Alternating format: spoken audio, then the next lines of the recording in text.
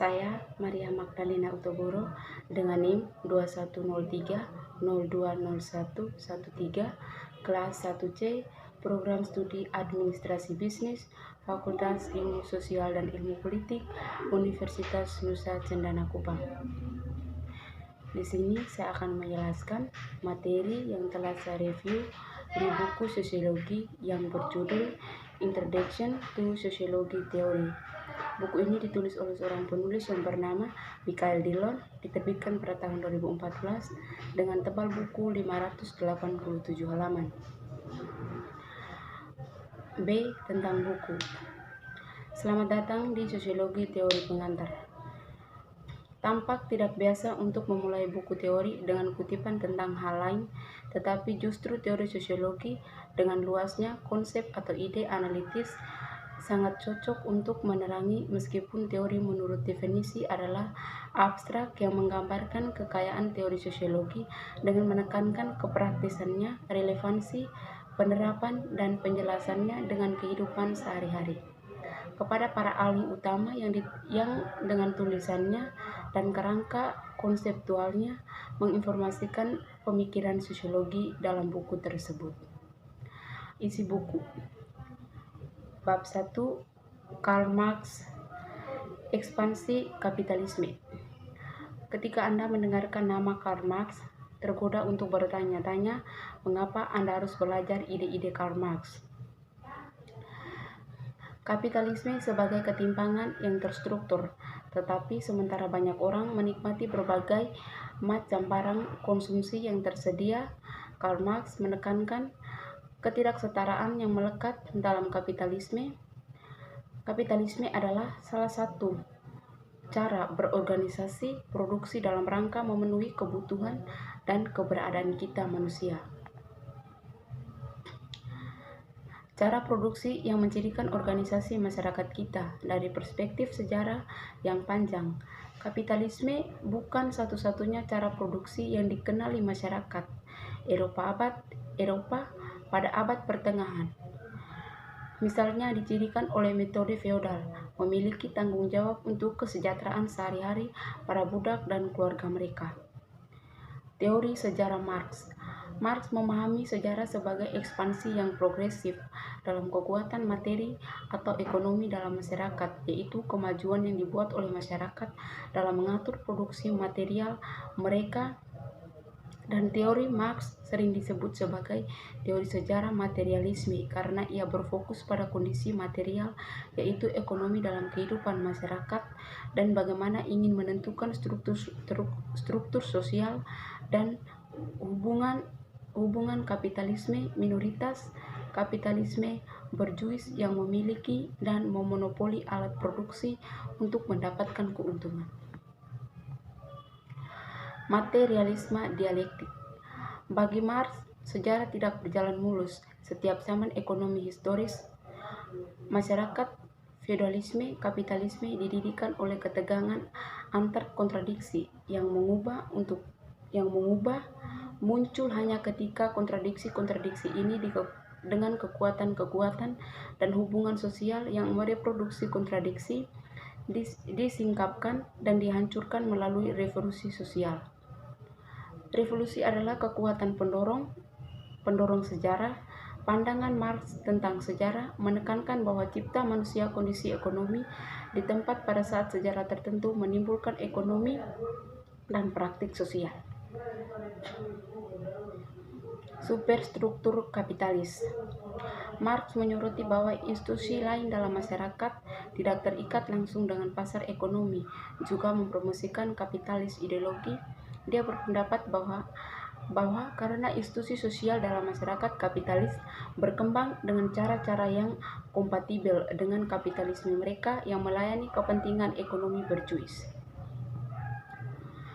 Marx berpendapat bahwa setiap mode produksi mengandung benih kehancuran tersendiri yang dulunya merupakan peningkatan dari pendahuluan dan pada akhirnya mengalami kematian. Kapitalisme dan penggantinya dengan konsumsi. Tahap terakhir ini kapitalisme memiliki dan menunjukkan dirinya sangat adaptif untuk mengintegrasikan krisis dan kontradiksi yang menantang supremasinya. Bab kedua, Emile Durkheim. Emile Durkheim tinggal di Eropa Prancis selama era yang sama dengan Karl Marx. Hidupnya meluas ke abad ke-20 ke dunia perang pertama, di mana satu-satunya Andre terbunuh. Hidup melalui waktu pergolakan sosial, ekonomi, dan politik tidak mengherankan seperti Marx. Durkheim berfokus pada perubahan sosial dan masyarakat industri. Aturan metodologi Durkheim sosiologi ilmiah, studi fakta sosial. Meskipun Durkheim kurang dikenal daripada Marx, pengaruhnya bertahan lama dalam kehidupan sehari-hari. Praktek sosiologi mungkin lebih besar, terutama berlaku untuk sosiologi Amerika. Durkheim, cara dominan sosiolog mempelajari dunia berutang banyak pada pendekatan metodologi. Dia menguraikan metodologi sosiologis ilmiah, yaitu the rules sosiologi metode. Teori-teori Durkheim. Sosiologi adalah ilmu tentang kehidupan moral, yaitu kekuatan sosial yang mengikat individu untuk bermasyarakat. Moralitas yaitu ikatan sosial, ikatan yang mengikat individu pada sesuatu selain diri mereka sendiri, yaitu masyarakat. Masyarakat lebih besar daripada jumlah individu, memiliki kekuatan kolektif sendiri, kekuatan sosiologika. Masyarakat ada secara independen dari individu-individu yang membentuknya.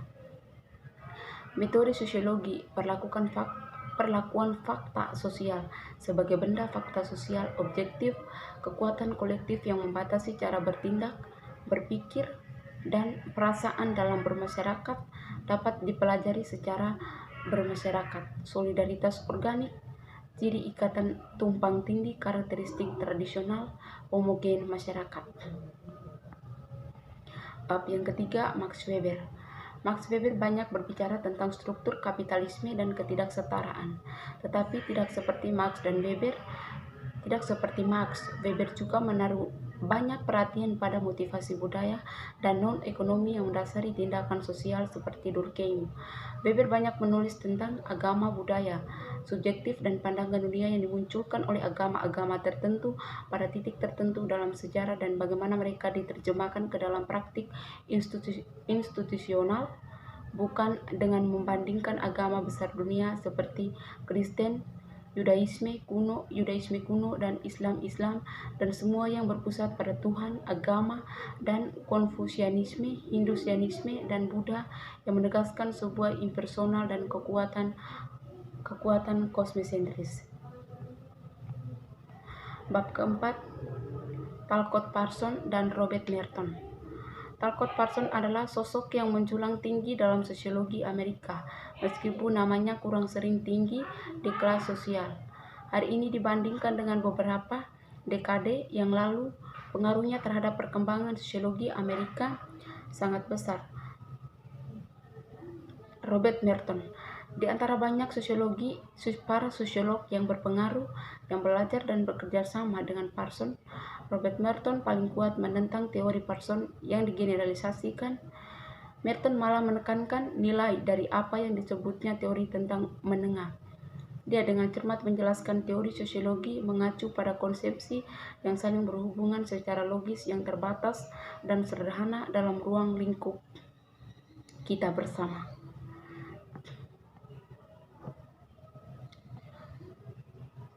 Untuk Merton, teori tentang menengah, hubungan erat di antara hipotesis dan konseptual dan realitas empiris, fungsi manifest yaitu konsekuensi yang diinginkan dan dikenali dari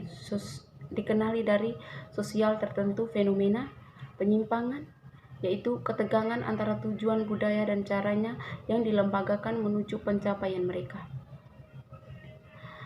Bab yang kelima, teori krisis yaitu teknologi, budaya, dan politik. Kemajuan teknologi.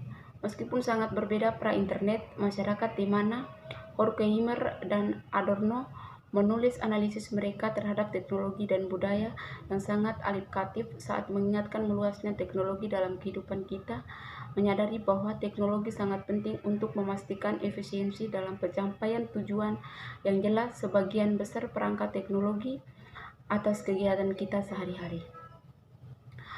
Budaya, massa, dan konsumsi. Teori kritis juga berfokus pada budaya massa, konten media yang diproduksi oleh industri budaya yang berorientasi pada keuntungan dan berteknologi canggih.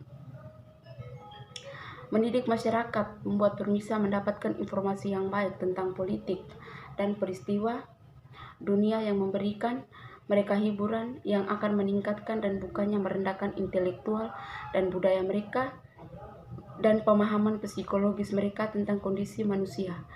Tujuan ini adalah semakin tergeser bagaimana oleh kekhawatiran dengan margin keuntungan perusahaan. Politik kesatuan dan kontrol. Seperti yang telah dicatat, ahli teori krisis berpendapat bahwa kesamaan atau homogenitas mencirikan budaya dan konsumen yang meluas ke politik. Politisi dikemas dan dinasihati oleh sekelompok penangan media yang dibayar dengan baik. Teknologi sebagai kontrol politik. Seperti industri media politik, konsultan juga menggunakan teknologi baru untuk mengendalikan orang. Teknologi pemindaian otak memiliki banyak manfaat yang dapat digunakan untuk membantu orang sebagai hasilnya. Bab 6. Konflik kekuatan dan ketergantungan di proses markososial. Teori-teori Ray Rutherford. Normalnya konflik antara kelompok dalam masyarakat sebagai tanggapan atas distribusi kekuasaan yang tidak merata dan otoritas. Konflik kelompok muncul ketika kepentingan nyata dari suatu kelompok bertentangan dengan kepentingan tersebut.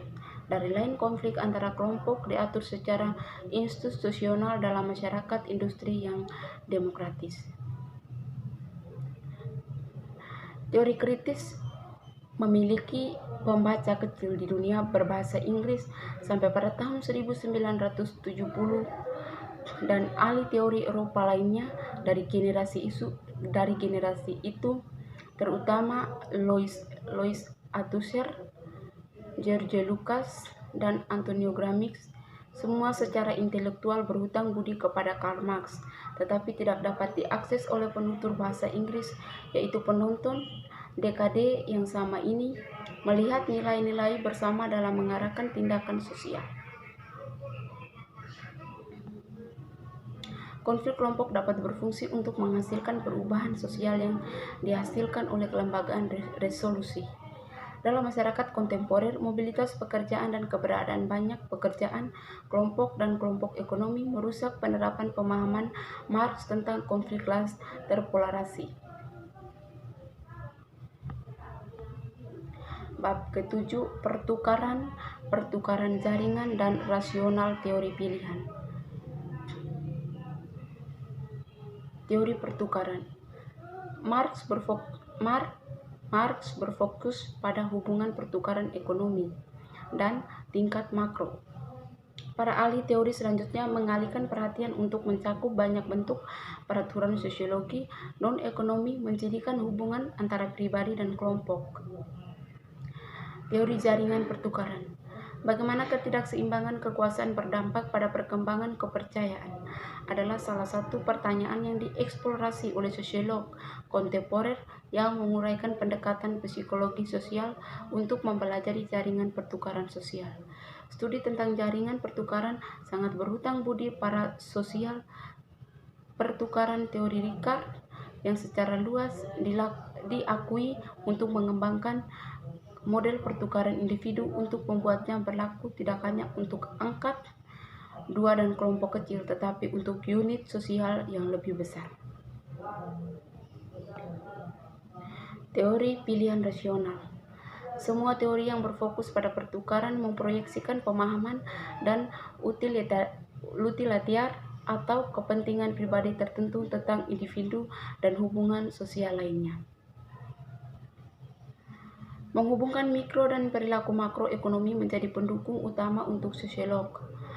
Coleman yang memeluk model ekonomi mikro dan individu yang mementingkan diri sendiri dalam usahanya untuk memahami mekanisme yang menghubungkan perilaku individu dengan proses makro yang lebih besar.